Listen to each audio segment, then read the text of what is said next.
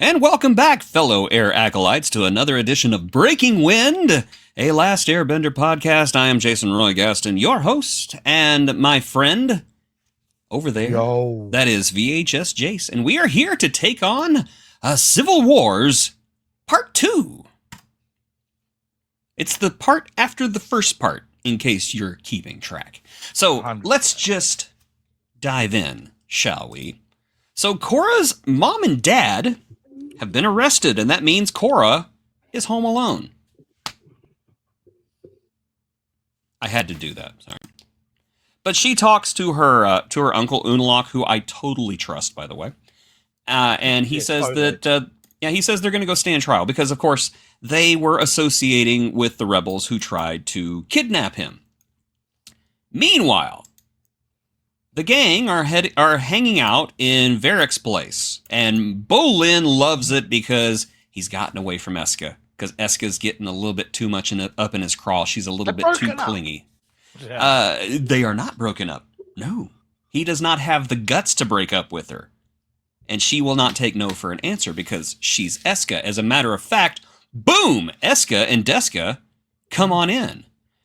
Because they are looking for Varric. Because Varric is the financier of the rebels, and Unalaq wants him caught and put on trial. Now, after the twins leave, we find out that Varric had been there the whole time inside of this platypus bear. And not only is he in there, yes, Tony Stark is in there with Pepper Potts. Julie is in there. And it's not Julie. What is her name? Oh my gosh. Boy, anyway, her name. I don't know, but she forgot the honey. She did forget the honey, which is weird because they're in a bear. I buy the little plastic bears from the supermarket. They're full of honey. What do they call that? Is that because that's a platypus? It's a platybear, is it? It's a platypus bear, yeah. Yeah. Yeah. You probably have those in Australia. Yeah. Our platypus are pretty big. They put on a fedora and they go fight crime. But Varric tells them, you know what? You need to go pay off the judges. Here's some money. And the platypus bear poops out some money, which, first of all, the poop jokes in this episode are absolute next level. Like, this is a quantum leap in poop jokes. Normally, if you tell me, oh, yeah, this episode of this Avatar spinoff has poop jokes in it, I would just kind of bury my head in my hands and say, why? Why would they do this? Yeah, but they do it. These are prestige. It works. These are prestige, yes. These are the Criterion collection of poop jokes. Echelon. Yeah, the higher echelon. So Varric is basically like, okay, I'm going to hang out here. Here's some money. Go pay off the judges, and we can get all these people out of jail. And it seems like a pretty good plan, except Bolin's an idiot. Meanwhile, you remember Iki's missing, right? Oh, the cute in this made me hurt. I know. Oh my gosh, I want to be a part of this so much. I just wanted to. It's the cutest tea party ever. Oh, one of them is always falling over. Yeah, things. We really need to genetically engineer those things because I want 5. Iki is having a tea party with the little sky bison cubs, and she talks to her dad, and she says, my brother and sister are the worst. And he's, instead of being upset or trying to talk her down, he's like, yeah, I know. Brothers and sisters are the worst. And they kind of handles this so well as a father. I know, which is a beautiful scene. Which is funny because we get this entire arc about learning that Aang was really not the best dad in the world, and Tenzin seems to be a really good dad. So the whole way he approaches that, can they be my brothers and sisters too? Yeah, like this is when great. She introduced it, which I'm like, wow, like okay, it's so wholesome. I just love this. But then we go to the trial, and it does not go well. It doesn't go well at all because Judge Judy did not find in their favor. No, he did not. She's, of course, being forced to testify against them, basically against her will, and Bolin tries to break up with Eska, and he says, there's a space between us, and she says, I agree, and only one thing can get rid of that space. We have to get married. Come with me, boy. I'm gonna dominate you. Eska, hungry. So much She longer. terrifies me. She absolutely terrifies me. I know what you're thinking. Is that the cursed screenshot of the episode? Oh. It is not. We have that coming. I'm telling you right now, if it is not the one, because I don't know what it is yet, but I'd be willing to put a lot of money. I think I know. You know what it is. You know what it is. So anyway, we're going to go to people who have a fate that's not quite as bad as Bolin's. Korra's dad and the rebels are sentenced to death. However, Unalaq, who I totally trust, by the way, comes out and pleads with the judge, hey, can we not kill these people? Can we just give them life in prison instead? And the judge is like, yeah, sure, why not? We get some more fun bonding with Ikki and Tenzin, where Ikki kind of helps Tenzin realize that, brothers and sisters, yeah, they fight, they get on each other's nerves, but they're not that bad. Which, again, wholesome, seeing daddy and daughter kind of help each other through a existential familial crisis. I really like. Korra goes home, finds her mother crying because she has been set free, but her husband hasn't. And Korra decides, you know what, it's time for a measured response. So she runs the judge off the road and threatens to feed him to her dog. Which, first of all, Naga is such a well-trained dog, because at any point, if Naga had misheard Korra's, words, it's like, tell me, talk, or I swear it'll come back to bite you, Crunch. Or sneezes. Naga, run. Crunch. We were never here. Would I expect? See, this is the thing about Korra that is sometimes jarring. Is that sometimes you're not used to the way she responds. No, she's like, the anti-Aang. Very aggressive response. Yeah. And I'm not against it. I'm just saying normally they wouldn't approach like that, but she wasn't effing about, put it that way. They would have done this with Aang, and it would have been a comedic scene where he was trying to intimidate somebody, and then Katara would have walked up and really intimidated them. But with Korra, it's just basically, I will freaking kill you if you don't do what I want. And I believe it, because Korra's hardcore. She's not the pacifist Aang was. Moment that she would have done something. Yeah. Oh, yeah, I believe it too. And most importantly, the judge believes it too, because it turns out the judge is on Unalaq's payroll. And not only... Not squealed. Not what I would have too if I was in a dog's mouth. I've seen my dogs eat bacon, and I just have a Chihuahua. Not only was the judge on Unalaq's payroll, not only has this all been set up by Unalaq, Unalaq was responsible for Tarlok getting exiled from the Northern Water Tribe in the first place. He's been pulling the strings for years to steal power from his brother. I can't believe it. I trusted him. And he did this to me. Yeah. We get a lovely scene here. I love this because Boomy is kind of a joke in the show, and he's kind of treated like a joke most of the time. But I really love how he stands in front of that statue of Aang and says, I'm sorry I wasn't a bender like you wanted me to be, because this guy has got to have some inferiority complexes. Yeah. And, Kaya comes in and says, you were never a disappointment to Dad. And then they hug, and I just love that. It's such a human scene. And you always know when I need a hug. It's really surprising to me. By the way, I've got an itchy nose. I'm not Premier Macron or anything, or Zelensky. Sorry, have you not seen the news? Sorry, another thing. No, I just got an itchy mustache. That's all. They get a little itchy sometimes, especially if you got lice. Yeah. Look, I'm just saying that they've gone, and this is the main B plot, really. In this series is to really deal with what's going on in that family.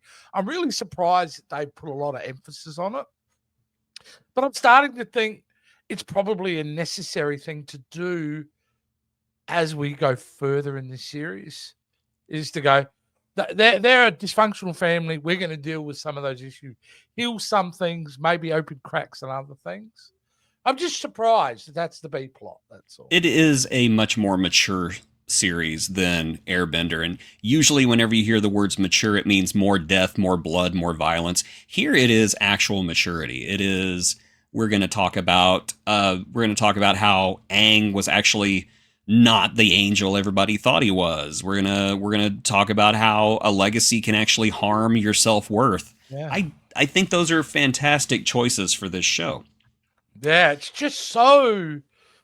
I wonder if the people who have an issue with Korra, maybe that's a big core of it. It's not actually about her. It's what they've done to some of the legacy characters in their own mind.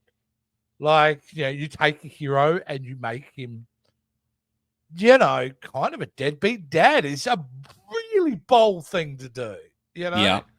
At the same time, though, I understand why Aang was the way he was. I'm not saying it's right, but I get it because he does have that burden of being the last Airbender, and Tenzin is his only hope of continuing an entire nation. And so he would put a lot of his effort into Tenzin. That's right. And I think it's also fair to say that how old was he when he saved the world? And then immediately after that, Jason, he had to take a role of responsibility on. Yep. And all that came with that, I certainly think would have, and we may see in the film when they release it next year, but certainly, come into play. In fact, that's my prediction right now. The Aang, the movie that we're getting next year, I think we're going to discover what happened, why he became who he became. Maybe so. We will see. We will see. Korra, on the other hand, we don't need to know who she became. She's pissed off right now because, again, I love the animation, how they communicate so much with so little. But she is determined. She's looking straight ahead. She knows exactly what she's going to do. She's going to break Daddy out of jail. Yeah. And my. And here's Mo from the Three Stooges for some reason. Bolin is about to become a kept boy. And he's just like, I will help you because prison is preferable to being engaged to Eska. So Korra goes to the jail to break her daddy out, and there's Unalaq saying, "No, your daddy's not here. You're never going to get him again." Korra spills the beans. She knows everything. Unalaq's like, "Yeah, so what? I don't need you no more. I can open up the spirit thing by myself. Yeah, I don't need that." And I love it whenever you think the hero's got all the cards, and then he's like, "No, you don't. I'm just cool." Unalaq's he is kind of a out of all of the villains that we encounter in the Legend of Korra, he's often seen as the weakest one. But he definitely has some high points. And I think one of his high points is the fact that he is so calm and he is so sure of himself. And I think that is why a lot of people don't really remember him as much as say, Amon or the villains that are coming, because he doesn't really get big and bombastic. He's like the Hannibal Lecter of Korra. I think it's significant that the villains so far have been like just rebellious pockets in the land, right? Something's stirring up on the bigger picture scale here, that these guys keep popping up. And that is something that keeps going, is that the two villains of the season 3 and season 4 also rebels, rebelling against something. And quite frankly, sometimes they're not wrong. Unalaq, he's just a dick. That's it. Well, what's to say that what Aang did and everything did actually set the land onto this pathway? Who knows? I mean, he was instrumental in founding Republic City, so who knows? Anyway, Bending War. They do this. Yeah, they do this thing where they kind of blur between frames now to make things look more fluid, and so the screen caps are kind of limited from the Bending Wars. This was like the only one that wasn't blurred or double exposed. Yeah. I think it looks really good in motion, but one frame at a time, not quite so much. Not helpful to us, guys. Not helpful to us. So Team Avatar has a problem. They got to get Varric out of his apartment and onto his ship so that they can get out of the Southern Water Tribe. And to do that, they have to walk the platypus bear costume through the city. And long story short, it's another poop joke. The platypus bear poops money, which is hilarious. I'm sorry. That's funny. That's funny. Julie. No, it's not Julie. Is it Julie? I cannot remember what her name is. Is it Julie? Okay. I should remember this. Julie, do the thing. Yeah. Do the thing becomes Varric's catchphrase, by the way. Do the thing. So they get on board Varric's ship, and Varric has a plane that Korra needs to rescue her dad. Except there's no runway. So Korra and Mako become basically booster rockets, and Asami flies it, and they fly out to take on the Northern Water Tribe fleet. Korra absolutely bringing it right here. I think she's awesome. Full Avatar mode. She's amazing. Oh yeah, and she just makes like this big water boulder that just kicks everyone out of the way. She saves her dad. Her dad's like, "You shouldn't have done this. This is going to start a war." She's like, "War is upon us, whether we like it or not." Actually, I think I think that's a Lord of the Rings quote, but it totally works here. Well, it's appropriate. It is. Tenzin and Ikki come home. Ikki's brother and sister and Ikki all make up instantly, and they all go play airball together. And we get this lovely moment where Kaya has this old picture of their family. Look at Aang. Yeah. Aww, just love that. Yeah, that is a lovely family photo. They decide, you know what? Deadbeat dad. Deadbeat dad. I can't wait to neglect man, you older too. Now. Yeah. Deadbeat Aang. Dad. There are people watching this podcast right now screaming at their monitors. Oh, no, it's so offended. Dad, you don't know. Yeah, he is. It's canon now. Canon. It's not canon because I don't want it to be. Tarlok tells Korra, we are going to go and be the Southern Water Tribe resistance. We can keep the North occupied for a while. We can't beat them, but we can keep them occupied. What you need to do is get to Republic City and get the government on our side. And so Korra gets on a boat, and we're going back to Republic City. However, something is following them. And much to Bolin's horror, there's our cursed screenshot of the week. That is, she's Eska, and we're finally seeing an emotion. Yeah, she's rather emotional. And it's one emotion you don't want. She is not happy at all. Hell hath no fury like a woman scorned. Or is that Deska? I don't know. Maybe Deska's the one who's mad. I don't know. One or the other. Who knows? I ain't away from him. But all I can say is, Bolin, run. And that was Civil Wars Part 2. Setting up for a fairly obvious scenario, I think, which is the government won't help them. Oh, okay. Right and wrong. Well, that's generally, if I was put my money on it, I would say they're going to try to get the city on the side, and they're going to say no, and there's something happened, then they will come on side. I hope I'm wrong. Please be wrong, Jason. Well, we will see. We will see. I mean, it would certainly complicate the story if they said no, and that's fine. Let's complicate the story a little bit. The next episode. Yeah, that's what. Yeah, go on. What is the next episode? I was going to ask. The next episode is called Peacekeepers. So we will see. We will see exactly how that fits into everything. Because if the Peacekeepers are keeping the peace right now, they're doing a horrible job. Yeah. Look, I'm still waiting for the really bad episode, and let's hope it's not next week either. Because... in season 2, because we've had a bad episode. We had the season 1 love triangle. Yeah, let me clarify that. Season 2. I'm waiting for the season 2 dip, and haven't got it yet. I will say though, this is still a less toxic love affair than Mako and Korra. Still less toxic. It's more honest. It is more honest. I mean, Eska does tell Bolin exactly what he wants. If anybody's not honest in this relationship, it's Bolin. Bolin needs to stand up for himself and quit being such a... Well, never mind. Actually, you know what? Do whatever she says. Oh, but Bolin should just be Bolin. I don't want him to be Bolin. He's such a sweet little baby angel. Just let him be Bolin.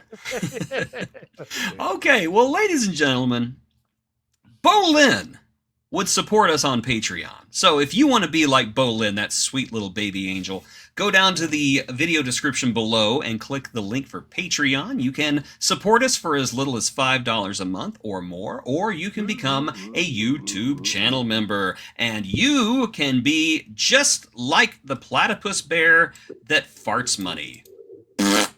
And that's you on Patreon. So come fart money in our faces. We would like it because we're little freaks. I don't know about living inside a dead platypus bear. The smell. No, Well, he's I'm probably pretty sure decked it out. He's like Tony Stark, right? Oh, yeah. It's probably like a 3-bedroom apartment once you actually go inside the thing. Like a Doctor Who thing where it's bigger on the inside than the outside. It's got like a study and a library and everything. I'm sure it probably is, but maybe we'll find out in the next episode, or maybe we won't. Who knows? Maybe this was a one episode joke, which I'm pretty sure it was. So anyway, get your hopes up about something that would probably never happen. That is correct. But what will happen is we will be here next week on Breaking Wind and Avatar: The Last Airbender podcast.